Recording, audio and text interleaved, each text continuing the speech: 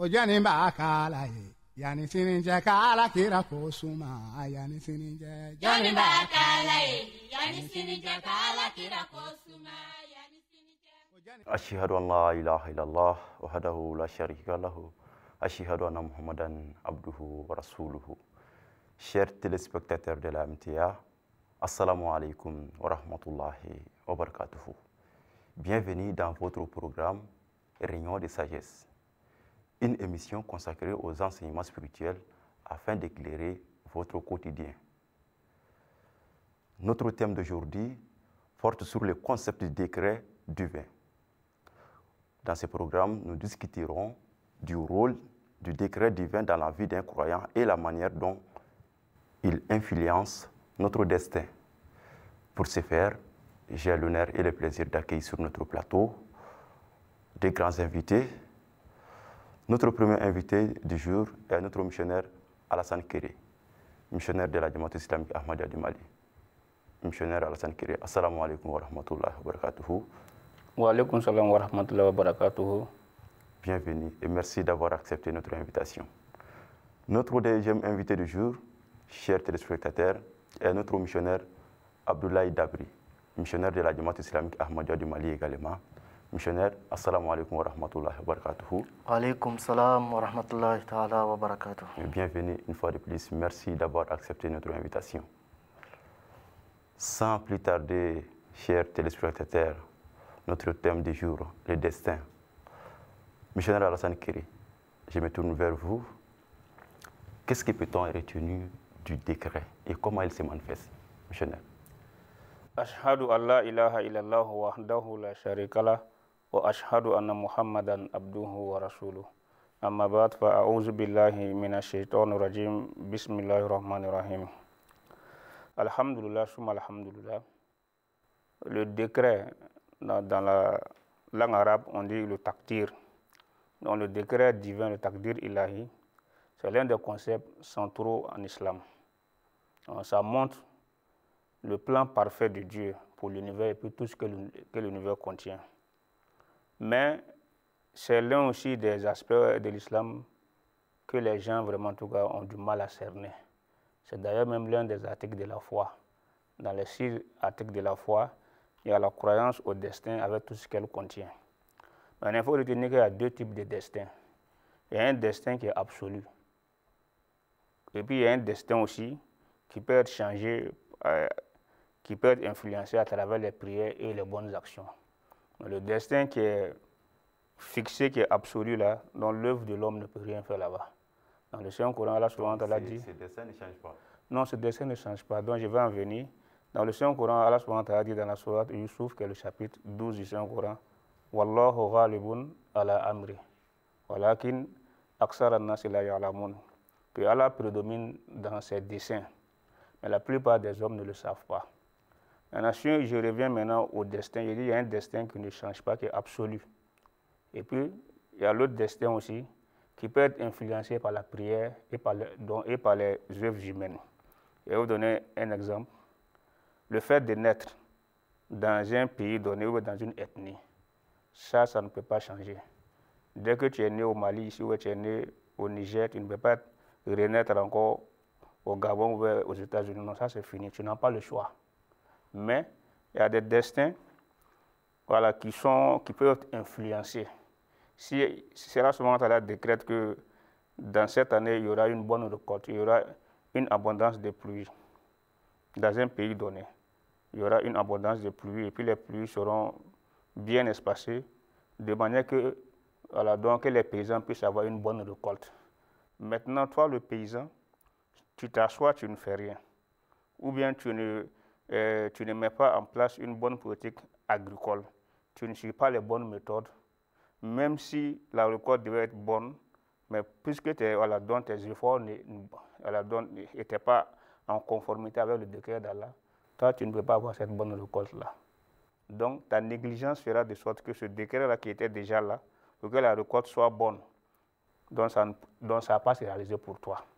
Mais par contre, si vraiment tu avais fait des efforts, tu avais cultivé ton champ, et puis en tout cas tu avais traité tes plantes avec voilà, dont les produits bien appropriés, donc ce décret-là allait s'accomplir en ta faveur. Donc à ce décret-là que la prière peut influencer aussi, et puis l'œuvre humaine aussi donc peut influencer. Mais de l'autre côté, si par exemple Allah veut décréter qu'il y aura la sécheresse, et dans la sécheresse maintenant s'installe, qu'est-ce que l'homme peut faire? Tu ne peux rien faire, même si tu cultives ton champ comment. Dès que la sécheresse est décrétée là, ça veut dire que tu n'as pas de récolte. Mais de l'autre côté, quand c'est décrété maintenant, toi tu ne fais rien. Donc pour favoriser maintenant ce décret-là, donc ça ne pourra pas se réaliser comme tu le souhaites. Dans sa sainteté, le 5e calife, il dit, et je cite, dans son sermon de vendredi du mois d'avril 2018, il dit, le taqdir ilahi ne signifie pas que les humains n'ont aucun contrôle sur leur vie. Cela signifie que tout se déroule selon la volonté d'Allah. Mais l'être humain a été aussi doté d'un libre arbitre pour faire des choix qui sont en harmonie avec cette volonté divine. Les efforts d'un croyant et ses prières peuvent influencer certains aspects de sa vie, bien que l'issue finale soit toujours déterminée par Allah dans sa sagesse infinie. Donc, c'est vrai que l'homme, à travers ses efforts, il peut faire quelque chose, mais l'issue finale revient toujours à Allah subhanahu wa ta'ala. Maintenant, selon les enseignements islamiques, le taqdir, c'est la connaissance même de la connaissance même de Dieu par rapport à toutes choses. Donc tout ce qui arrive, c'est le décret d'Allah. Mais Dieu laisse aussi la volonté à l'homme dans une certaine mesure. Donc à une certaine échelle, l'homme aussi a un rôle à jouer. L'homme n'est pas comme un pion qui est condamné donc, à suivre une trajectoire bien déterminée. Non. L'homme aussi a sa part dans le décret. Donc comme je l'ai dit, il y a un décret qui est absolu. Donc ça ne peut pas changer. Tu es né ici, tu n'avais pas le choix de dire que non, que tu vas changer et puis aller naître peut-être dans un autre pays. Non. Mais il y a de ces destins-là que la prière et les efforts aussi peuvent favoriser. Je vais donner un exemple dans le Saint-Coran. Le peuple du prophète Yunus alayhi salam, Jonas alayhi salam. Donc ce peuple avait désobéi à Allah subhanahu wa ta'ala et il y avait un châtiment qui allait s'abattre sur ce peuple-là. Le prophète Jonas alayhi salam, donc lui, il a annoncé cela donc, à son peuple. Maintenant, comme lui ne voulait pas être parmi les gens au moment que le châtiment va s'abattre sur eux, donc il a quitté la ville, il allait ailleurs. Donc il a quitté la région carrément. Maintenant, il y a un temps qui s'est passé. Lorsque les voyageurs maintenant qui traversaient la région venaient, lui, il prenait des nouvelles de ces gens. Il disait, ah, et tel village, voilà, donc, qu'est-ce qui s'est passé là-bas? Les gens disent que non, il n'y a rien qui s'est passé là-bas. Donc lui, il était surpris parce que le châtiment de Dieu devait s'abattre.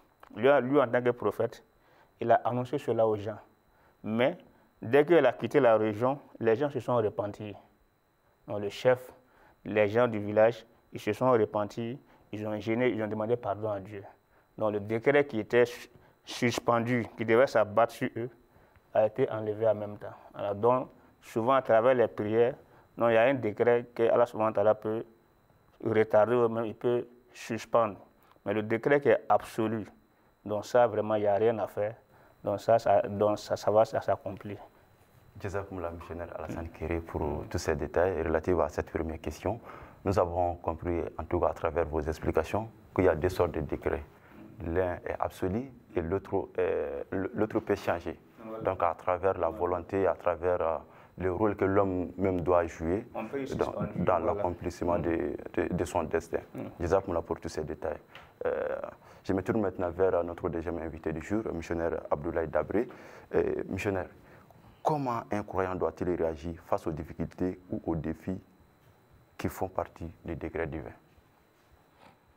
Alhamdulillah, nahmaduhu wa nasta'inuhu wa nastaghfiruhu wa nu'min bi wa natawakkal alayhi wa na'udzu billahi min shururi anfusina wa nusalli wa nusallim ala ashrafil mursalin wa ala alihi wa sahbihi wa sallim tasliman.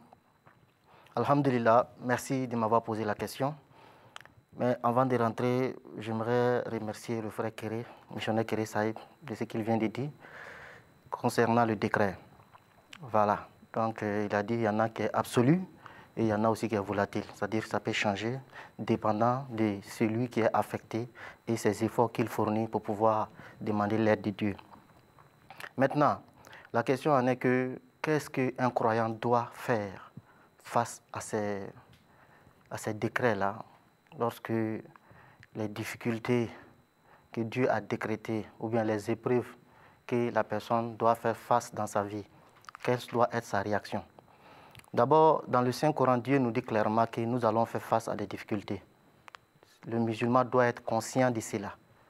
Voilà, ça peut l'aider à comprendre.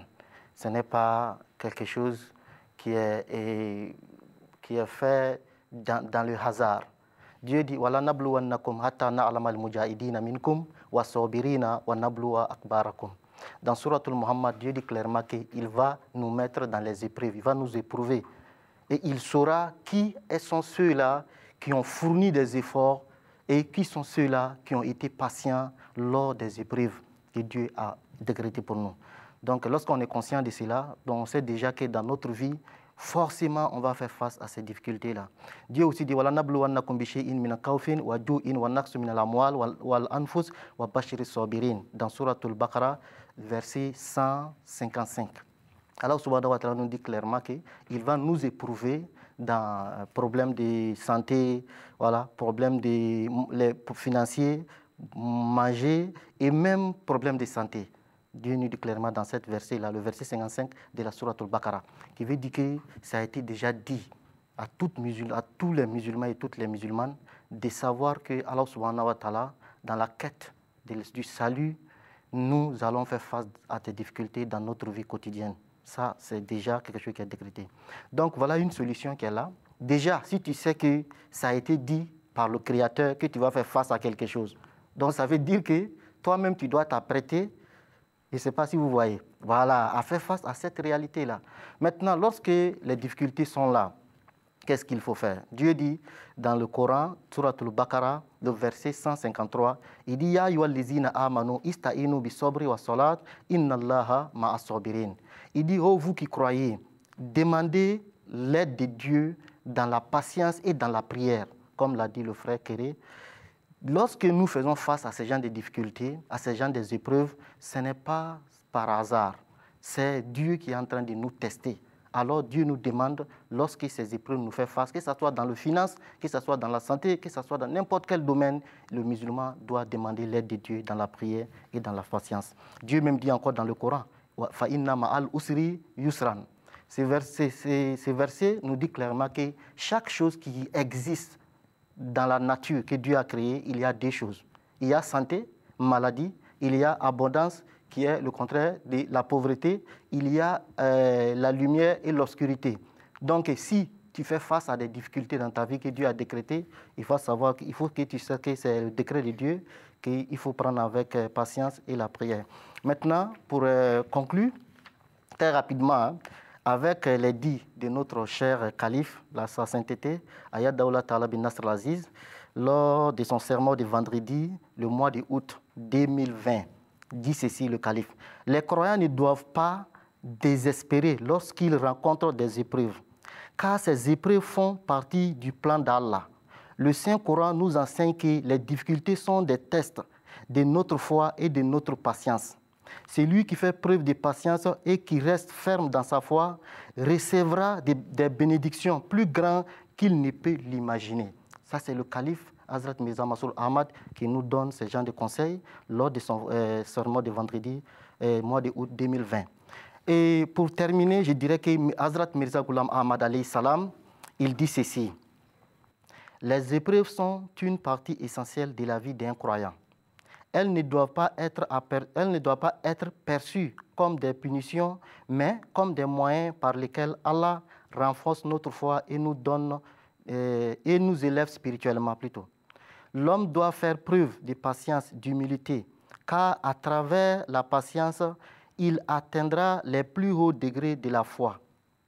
Référence Malfouzat, volume 7.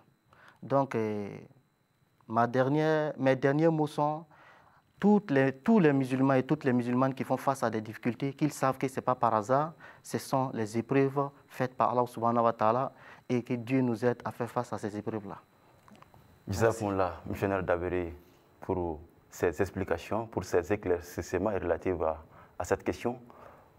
Nous comprenons à travers vos explications que les musulmans ne doivent pas, en tout cas, percevoir, en tout cas, les épreuves d'Allah en tant que punition, mais une manière pour Dieu de tester la foi des croyants.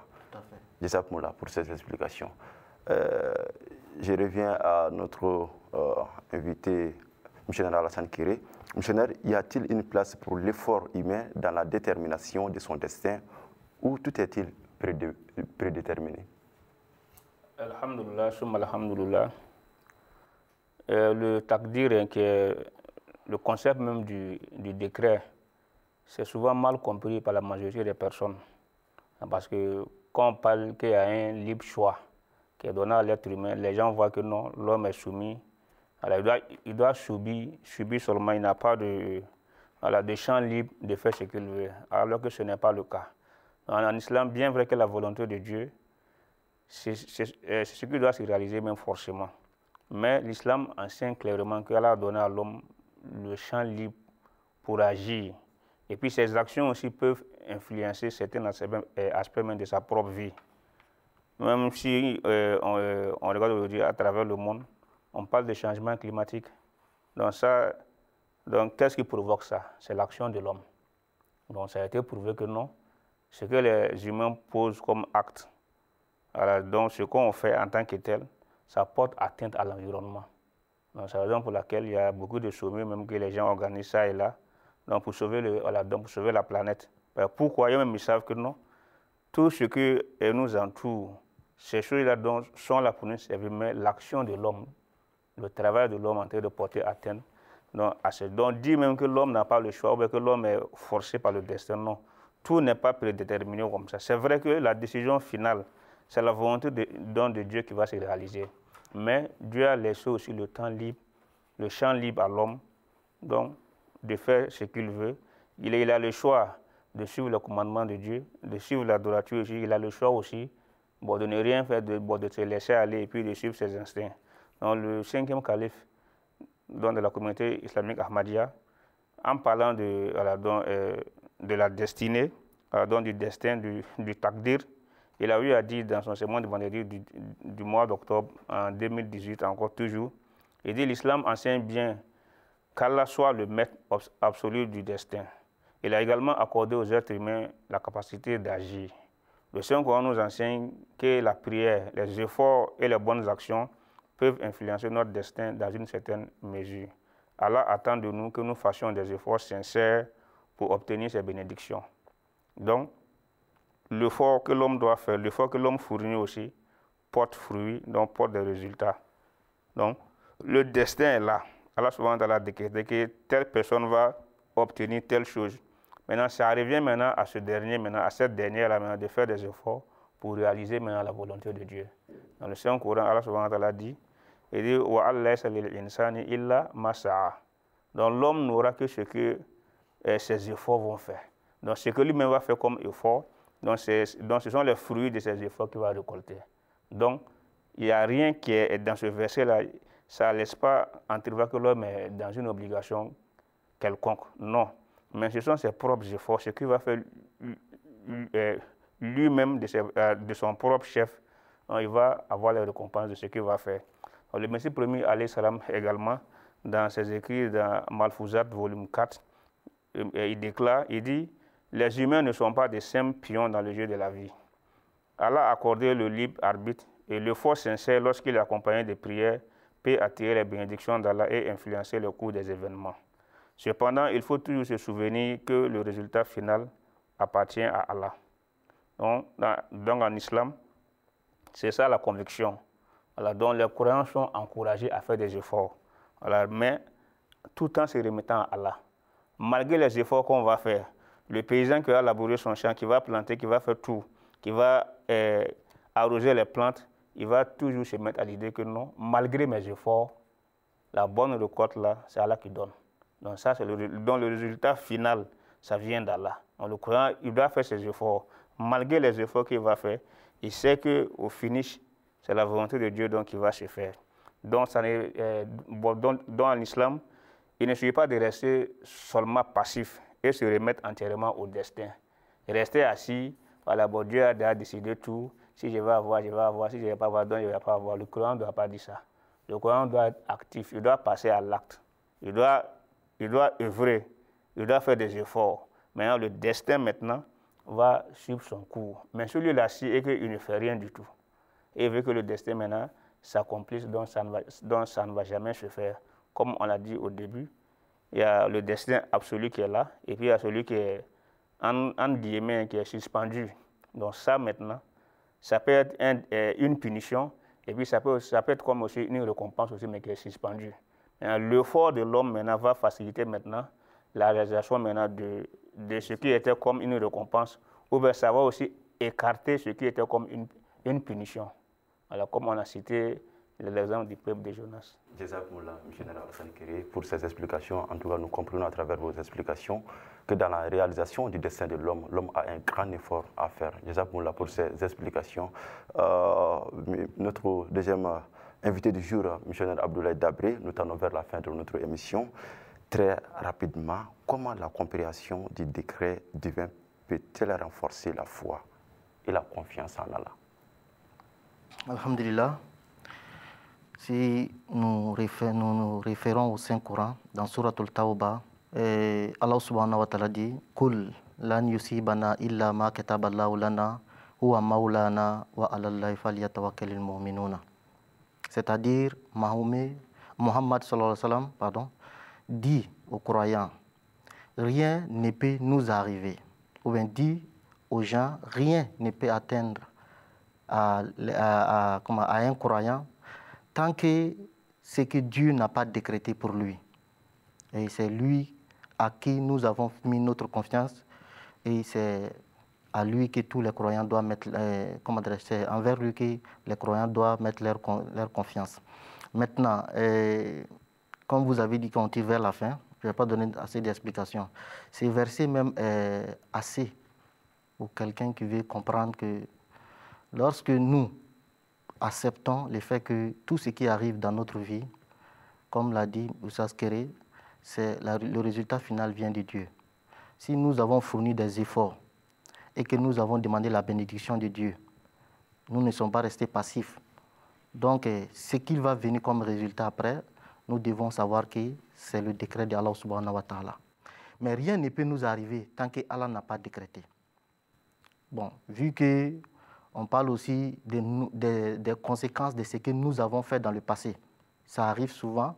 Si cela est notre propre, notre propre péché ou bien notre propre conduite qui a mal tourné contre nous-mêmes, là, c'est comme une punition.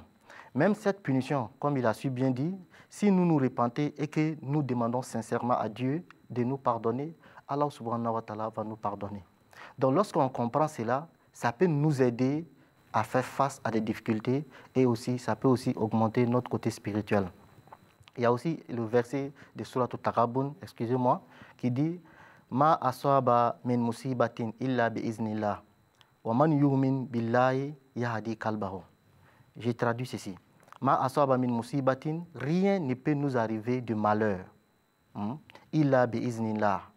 Sauf si ce n'est pas le décret de Allah subhanahu wa ta'ala, ou bien la volonté de Dieu. Waman yu'min billah.